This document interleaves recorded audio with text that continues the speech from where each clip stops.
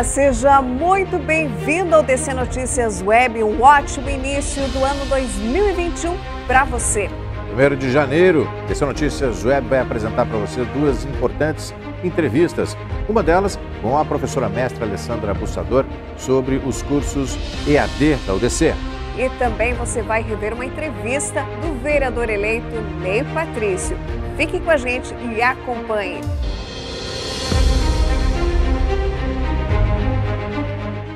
O DC Notícias Web, voltando, falando sobre educação, sobre qualificação, sobre conhecimento.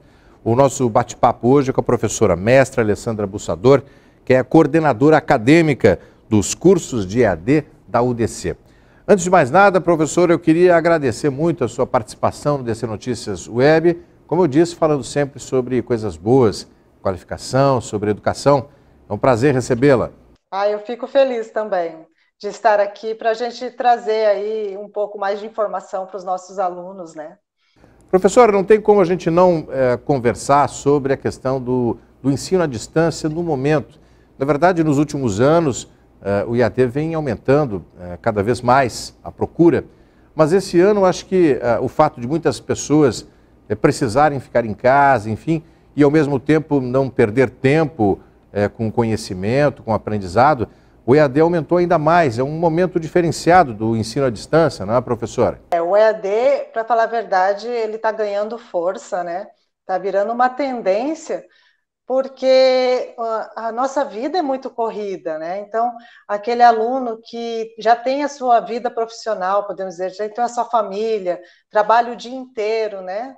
Então, ele é um aluno que ele tem uma proatividade maior para um ensino remoto, né? Um ensino que ele possa estar fazendo o seu próprio horário para estudar. E com a pandemia agora que chegou, né? E eu imagino que vamos ter aí um bom tempo ainda de ensino EAD, o ensino à distância, ela mostrou ainda mais que como esse ensino, ele é super viável, os alunos realmente aproveitam o seu conteúdo, tem recursos assim que é diferente quando você está numa sala de aula normal. Por exemplo, eu não entendi a explicação do professor. Você volta aquela explicação porque está gravado, então você consegue, né, explorar mais o teu material didático, né, você faz o teu tempo de estudo. O EAD ele tem seus diferenciais. Professor, quais os diferenciais? A gente sabe que a UDC é um referencial, na verdade, mas quais os diferenciais desses cursos oferecidos em EAD à população, às pessoas interessadas? A UDC ela tem todo um ambiente universitário que ela proporciona, né, para o nosso aluno. Então, temos congressos internacionais, nós trazemos palestrantes de outros países para vir aqui para atualizar os nossos alunos, né, com teorias novas. Temos agora uma mudança em nossas matrizes para que o aluno ele fique cada vez mais atuante no mercado de trabalho. Então, estivemos assim atualizando todo o conhecimento que nós temos, né, em relação a materiais didáticos. O aluno também ele tem acesso a uma biblioteca virtual. Então, se ele tem dúvidas e aquele material que já tem disponibilizado no ambiente, né, que é na sala virtual, não for suficiente, ele mesmo, do próprio computador, ele já consegue acessar lá todos os títulos da biblioteca virtual. Quer dizer, nós temos, assim, muitas ferramentas digitais, nós temos o pessoal, né, pessoas especializadas, mestres, doutores, proporcionando aí um estudo de qualidade. Um diferencial, por exemplo, da UDC, se o aluno ele tem dúvidas, ele consegue agendar até uma aula presencial, né, com o professor para poder tirar suas dúvidas. Então, a gente tem essa proximidade com o aluno. A senhora comentou alguma coisa de alguns diferenciais, mas um outro ponto muito forte que a UDC sempre prioriza, destaca, é a internacionalização, ou seja, alunos de graduação, de pós-graduação, enfim, de todos os cursos, sempre com a oportunidade de trocar experiência com profissionais renomados, com professores, doutores, PhDs das principais universidades do mundo, não é, professora? Sim, e agora nós conseguimos, a partir desse mundo remoto que nós temos, a gente consegue trazer todos os meses um profissional renomado, né, com as parcerias que nós temos com a UDC, para trazer aí uma palestra, um curso, para que nossos alunos possam se especializar. Cada vez mais, Luciano, os recursos virtuais, ele está auxiliando, né, o nosso aluno a adquirir mais conhecimento. E a UDC, nesse momento, ela investiu muito na tecnologia, para poder auxiliar cada vez mais. E um dos pontos bastante importante nesse momento é esse incentivo, esse estímulo que a UDC sempre vem dando à tecnologia. Isso é fundamental, não é? O nosso ambiente, ele é muito prático, o aluno, ele aprende a utilizar ele, consegue trazer toda a informação para ele ali. Por exemplo, eu estou sem internet, então aonde ele consegue baixar, ele baixa todos os materiais que a gente tem para poder estudar offline, né? Se ele tiver algum tipo de problema com a internet. Caso ele não consiga assistir uma live que nossos professores façam, nós deixamos gravado para ele assistir depois. Quer dizer, tem várias formas, várias ferramentas que a gente utiliza para que o aluno não perca, né, em nenhum momento as aulas, os estudos que ele tem que fazer. Professor, sem falar, né, professora, do material didático que é oferecido aos alunos que fazem um desses cursos em EAD. O aluno, ele tem feito especialmente para aquele curso, os nossos professores, eles criam um material didático, eles atualizam esse material conforme o ENAD, né, o que acontece, os novos regulamentos da profissão, e também a gente oferece sempre artigos, né, materiais mais específicos para que o aluno ele fique realmente atualizado com o que acontece no dia a dia. Professora, como o aluno, o candidato, aquele que se interessou em realizar algum desses cursos EAD, como podem proceder para conhecer um pouco mais, para até fazer a matrícula de um desses cursos? Sim, nós temos cursos nos MBAs, né? Nós temos os cursos de administração, pedagogia, letras, cursos tecnólogos de curta duração, né, na áreas diversas, marketing, RH, finanças, tecnologia de informação, pós-graduações, né, como eu falei, MBAs. Se o aluno já tem a sua graduação, ele pode fazer a sua especialização totalmente EAD, né, que facilita muito a vida, né, de quem precisa ter tempo para estudar. E um dos pontos bastante importante nesse momento é esse incentivo, esse estímulo que a UDC sempre vem dando à tecnologia. Isso é fundamental, não é? Final de novembro nós tivemos o nosso vestibular já de verão, mas agora, a partir de dezembro, janeiro, o aluno ele entra no site www.udc.edu.br, faz a sua inscrição e agenda o vestibular. Então, ele vai escolher ali uma data para ele poder realizar a prova, né, do vestibular para poder entrar nos cursos de graduação. Nos cursos de pós-graduação, ele também entra em contato para fazer a sua matrícula, que vai ter o início desses cursos em fevereiro também. O importante é vasculhar o site também, né? Ou seja, conhecer um pouco mais, investigar o que o curso oferece, isso é importante. É importante, o aluno ele tem que conhecer todos os cursos que a gente oferece.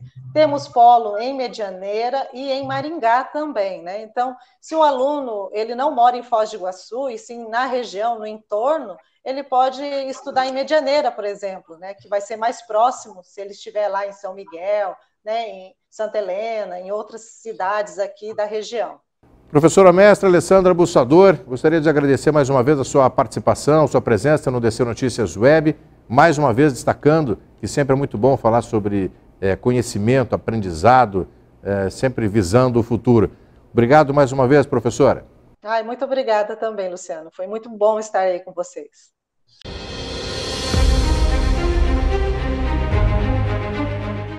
E hoje o DC Notícias Web recebe o candidato a vereador eleito pelo PSD com 2.000 votos. O candidato é o vereador Ney Patrício, que vai conversar conosco hoje no DC Notícias Web. Ney Patrício, seja muito bem-vindo. Obrigado pela oportunidade de estar com você, pelo convite de estar aqui com vocês. À disposição para a nossa enquete, né? Espero que você também consiga ter esse momento e que eu consiga responder à altura de todos os questionamentos.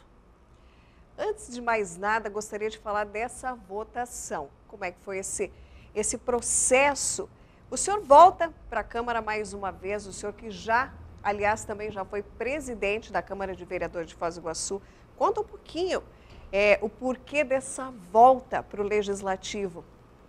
A volta significa um resgate de um trabalho bonito lá do passado e que fiz um recuo em função de cuidados com a família, do meu trabalho, da minha profissão, das minhas empresas. E agora, me sentindo já oportuno, até em função da passagem pelo Executivo como secretário de Administração e também Fazenda, novamente me projetou e me deu uma condição melhor de poder disputar de novo. E com a autorização da família, em especial da esposa, senão não tem jeito, né?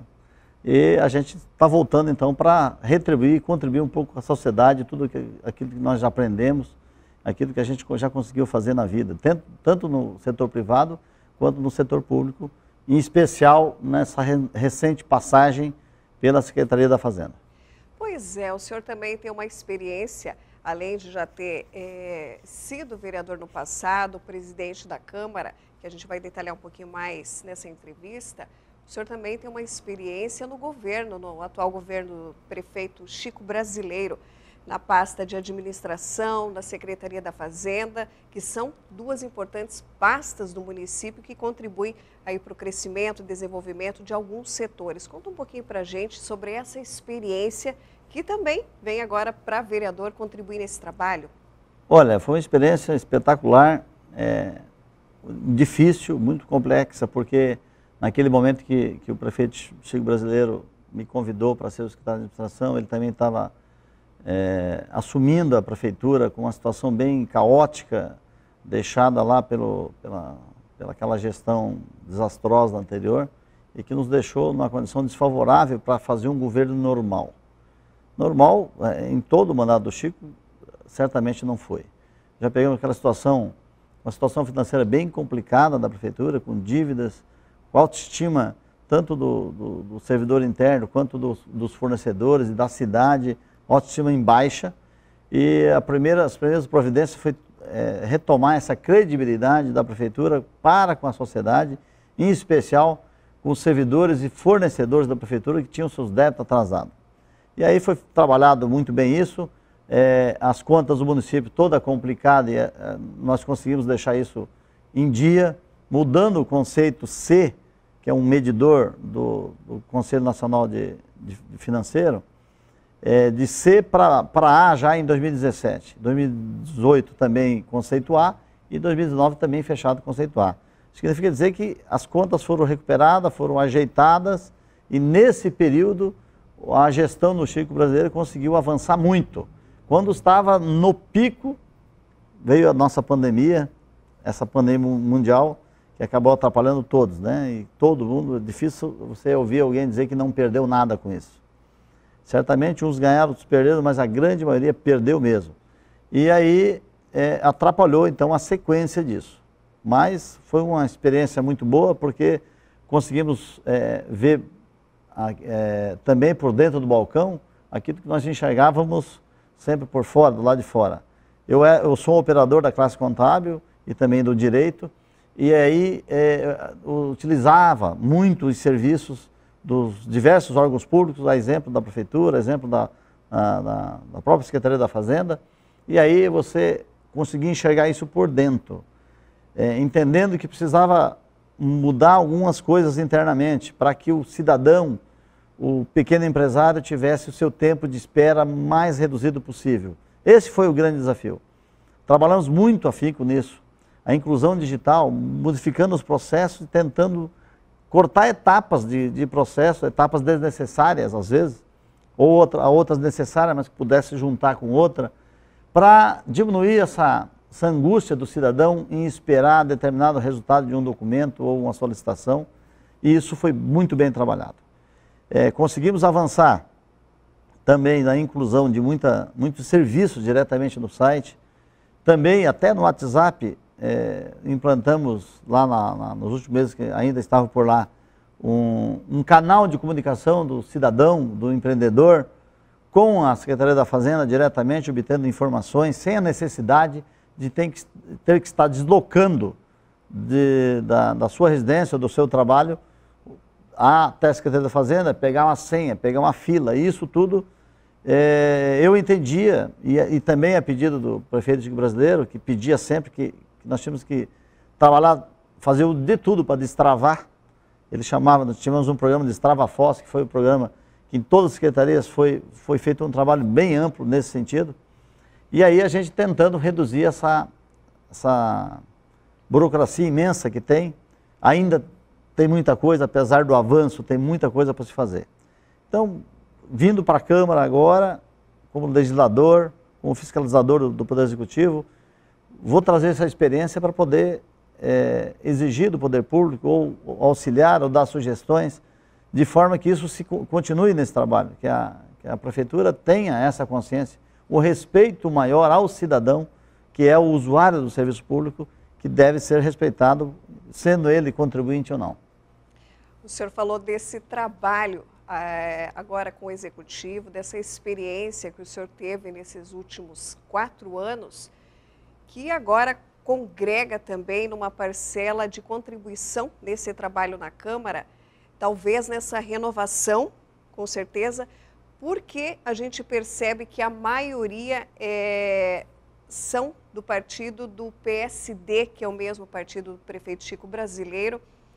Então, vai fortalecer, o senhor acredita que vai fortalecer tanto essa experiência, quanto os vereadores que foram reeleitos nessa nova renovação, compondo o Legislativo? Sim, eu creio que na eleição anterior nós tivemos do PSD 3 vereadores eleitos, agora 4 nessa legislatura que assume a partir de janeiro. É uma contribuição enorme também que pode ser dado ao partido em apoio, em alinhamento com o governo municipal. Eu creio que possa ser assim, para as coisas andar com mais facilidade em prol do coletivo, da sociedade. Muita coisa precisa ser ainda reorganizado, alinhado, mas eu creio que todos os outros vereadores eleitos, cada um com sua capacidade própria, com sua linha de trabalho, com suas propostas que fizeram em campanha, e o povo entendeu que essas pessoas poderiam estar lá e contribuir para a sociedade. Portanto, todos eles têm a condição, dentro da sua proposta de trabalho, de fazer muita coisa para a cidade. Eu creio sim que é possível a gente fazer uma composição com todos os vereadores eleitos e trazer um resultado que a sociedade sinalizou e que espera dessa nova Câmara de Vereadores a partir de janeiro. A renovação da Câmara de Foz do Iguaçu foi outro passo importante nessa votação. É um novo momento para a história de Foz do Iguaçu, por tudo que já passou? Eu sempre digo assim, olha, a Câmara, se fez um bom papel ou não estou aqui avaliando isso, mas a sociedade queria renovação independente de quem estivesse lá no atual mandato. A gente ouve de uma ou de outra pessoa dizendo o seguinte, olha, você dizendo para determinado vereador da atual legislatura, olha, você fez um ótimo trabalho, para mim satisfeito, até votaria em você, mas a minha ideia, o que eu penso, isso dizendo ao eleitor, é que deve ser renovado. Portanto, eu não vou votar em você, vou votar em um nome novo para renovar. Mas, basicamente, essa ideia também passava pela cabeça da maioria dos eleitores da cidade. E a resposta foi nessas urnas, nessa eleição de domingo passado, que trouxe essa resposta, essa ideia de renovação. Tínhamos muitos candidatos a vereador em função da proibição de coligação, então os partidos tiveram que lançar mais nomes e aí por conta disso certamente deu um número enorme de candidatos que o eleitor ficou até meio balançado em quem que pode escolher, como é que eu vou escolher diante de tantos candidatos. E aos poucos ele foi certamente assistindo durante uma campanha que foi limpa, tranquila, mas foi vendo quem são os candidatos que poderia então dar uma resposta satisfação, o seu desejo de melhora da condição de vida e também para a cidade. Então, positivamente, eu creio que a Câmara vai fazer um trabalho bonito de respaldo à sociedade, de resposta a isso, aos anseios que ela esperava realmente. 2021, 4 anos, o senhor vai agora assumir em 2021.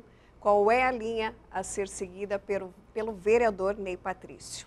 Olha, eu, como estava dizendo agora há pouco, quero, nas minhas palavras iniciais, já sinalizei que o grande propósito é a gente trabalhar nas iniciativas que melhorem a condição do pequeno empreendedor, do pequeno, médio e grande empreendedor, da simplificação dos processos de obtenção de licenças, por exemplo, é um exemplo, sendo bem prático e objetivo nesse tópico, mas outras formas que dê condição do empreendedor gerar emprego e renda. Mesmo que ele não gere emprego, mas pelo menos a renda da família. O poder público tem essa obrigação de dar essa condição e deixar a livre iniciativa mais à vontade para o empreendedor ter o seu negócio mais à vontade, já que o número de empregos é cada vez mais escasso, o brasileiro é muito criativo, acaba tendo várias iniciativas empreendedoras e para isso o poder público também tem que ter um olhar diferenciado. E o meu trabalho vai ser também um pouco focado em cima disso. Logicamente que aquelas atribuições de praxe do vereador de fiscalizar a aplicação correta do recurso público, a verificação a adequação do orçamento de acordo com as necessidades e reivindicações das comunidades, a colheita de necessidade dos bairros, inclusive com decisões locais, a exemplo do orçamento participativo, que foi muito positivo, e que iniciado, aliás, pelo atual governo, e que nós não assistíamos isso lá no passado, apesar de a lei do orçamento participativo existir desde 91, ela não tinha tido essa oportunidade, e as comunidades regionais tiveram essa oportunidade de escolher o que é melhor para o seu bairro. É o asfalto, é a escola? Quem é o gestor que tem que ir lá escolher e colocar o asfalto? Não. É melhor ouvir a comunidade. A comunidade é que sabe exatamente a dor que sente. E é ali que deve ser combatido.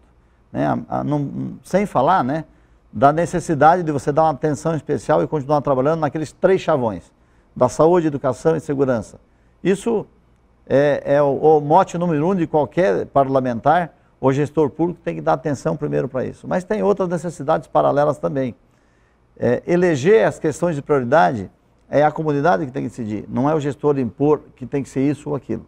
Então eu penso assim, então uma abertura maior, um trato maior, deixar a porta do gabinete aberta à população, para a gente poder ampliar essa discussão do que é necessário, quais são as maiores reivindicações para poder então a sociedade, a cidade toda ter um melhor qualidade de vida para todos, né? De certa forma, tudo que se faz é em prol do coletivo. Uma outra frente que tem que ser enfrentada é diante dos problemas que nós tivemos com essa pandemia, essa perda que o mundo inteiro teve, e muito mais para Foz, que perdeu mais e ainda está perdendo, em função do dano que essa pandemia fez exatamente para o principal motor econômico da cidade, da nossa cidade em especial, que é o turismo e as atividades que estão em volta disso, os reflexos disso, e que ainda vai demorar um pouco mais para se recuperar, diferente de outras cidades, vamos citar aqui como Cascavel, Medianeira, que quando a pandemia retomou, não normalmente, mas estava retomou automaticamente sem sentir muito, porque é outra atividade que não dependia, por exemplo, de um turista que vem do exterior ou mesmo do Brasil. E nós ficamos, aí que nós percebemos e acabamos aprendendo, né, que muitos já falavam e previam que qualquer situação de retrocesso do turismo poderia baquear a cidade. A pandemia fez isso, acabou deixando a cidade sem a principal renda dela, que advinda do turismo, e que vai sofrer um pouco mais para buscar essa recuperação. Nós temos que trabalhar então com a sociedade organizada, com o executivo, para criar alternativas, ou pensar tanto na questão do âmbito municipal, nas suas competências, mas também do Estado e da União Federal, do governo federal. Nós precisamos trabalhar essas questões, que é uma outra frente, já essa mais prioritária, mais necessária, já de imediato devemos trabalhar em cima disso. Candidato, nós gostaríamos muito de agradecer a sua participação conosco no DC Notícias Web, desejando muito sucesso no ano que vem nesse trabalho no Legislativo. Com certeza o senhor vai realizar um trabalho excelente, porque o senhor experiência tem de sobra. Desejar muito sucesso, que é isso que a população espera. Um olhar do poder público voltado às ações da comunidade, aos anseios da comunidade. Sucesso mais uma vez e muito obrigada. Obrigado pela oportunidade de estar aqui com vocês, de poder conversar. A gente fica à disposição para outros momentos em que for oportuno e por temas específicos ou gerais, a gente está aqui à disposição para esse enfrentamento.